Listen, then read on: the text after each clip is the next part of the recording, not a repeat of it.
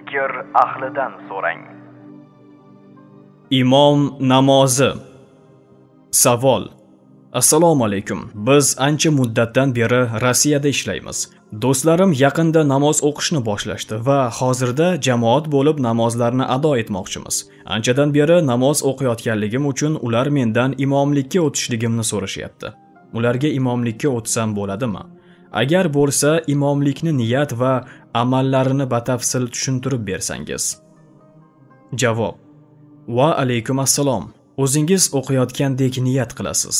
Ovozingizni ularga eshitadigan qilib, takbirlarni va qiroatni jahriy qilsangiz, shu bilan ularni iqtidolarini ham qabul qilgan bo'lasiz.